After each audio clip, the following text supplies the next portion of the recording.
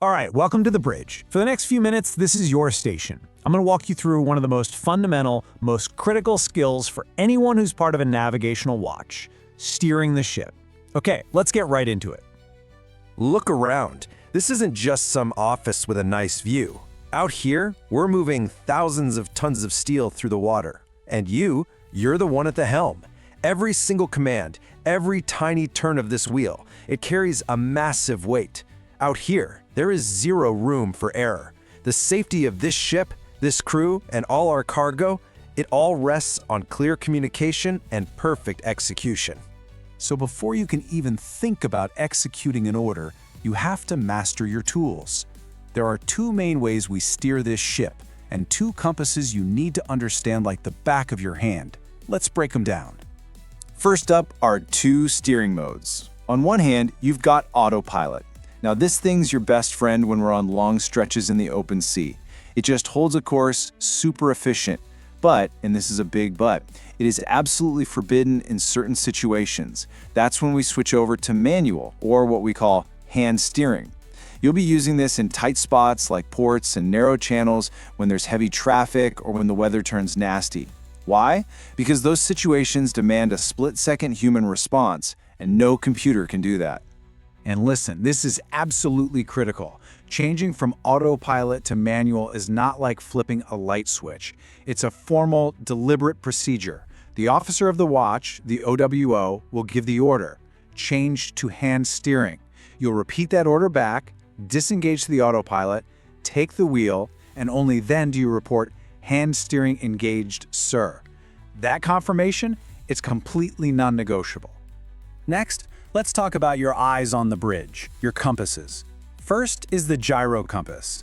This is a sophisticated piece of gear that points to true north, which makes it our #1 reference for navigation. It's incredibly accurate and stable. And then you have the magnetic compass. It's simpler, yeah, it just relies on the Earth's magnetic field. It's not as precise as the gyro, but it has one huge advantage: it doesn't need any electricity.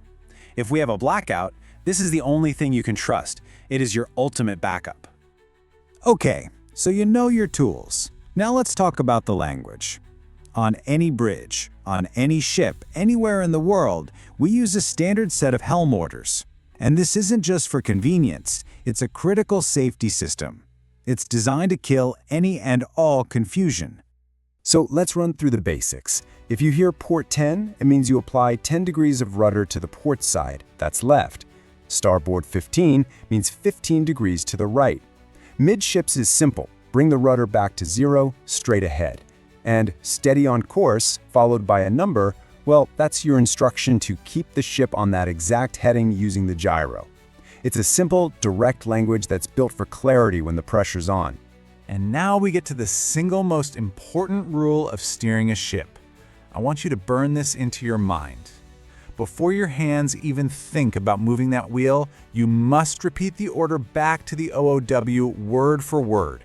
We call it the readback, and it is the absolute core of safe communication on this bridge.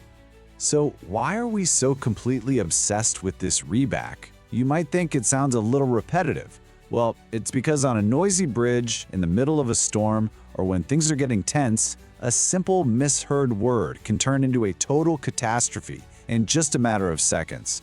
This communication loop, it's your lifeline. It all comes down to a simple 3-beat rhythm. 1. The OOW gives the order. Port 10. 2. You, the helmsman, immediately repeat it. Port 10, sir. That confirms you heard it right and you understood. 3. You then execute the order. This loop makes sure every single command is double-checked before any action is taken. I know, it might seem a bit tedious. So let me ask you, what do you really think happens when that simple little loop breaks down? Let's not just talk about it. Let's look at a real-world example. Picture this. It's a standard night watch. The OOW just needs a small course correction to stay in the shipping lane. The order is as simple and routine as it gets. Port 5. Just a tiny little adjustment to the left. But the helmsman, maybe he's tired, maybe the engine noise is too loud, he mishears. He thinks he heard starboard 5. And because he doesn't repeat the command back, He just goes ahead and turns the wheel to the right. The readback was skipped. That critical safety check, it just failed.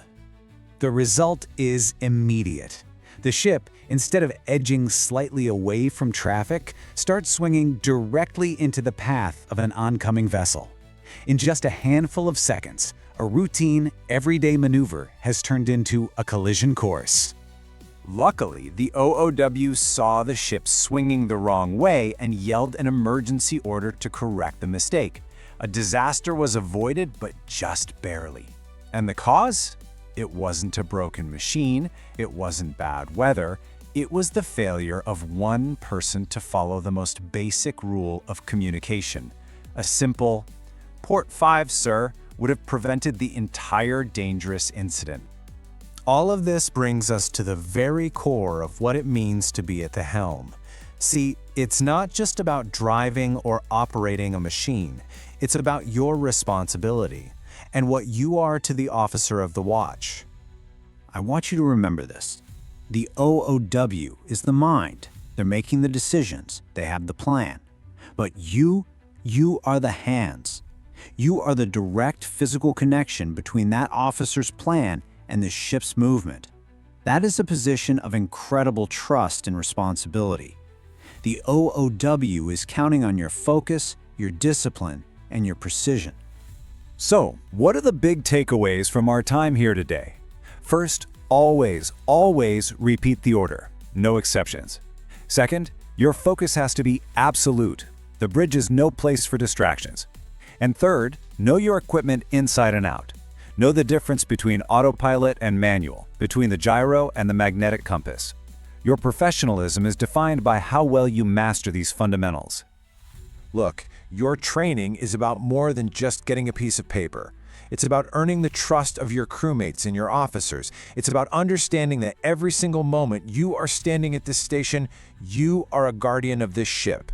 So, after all that, the final question is for you. Are you ready?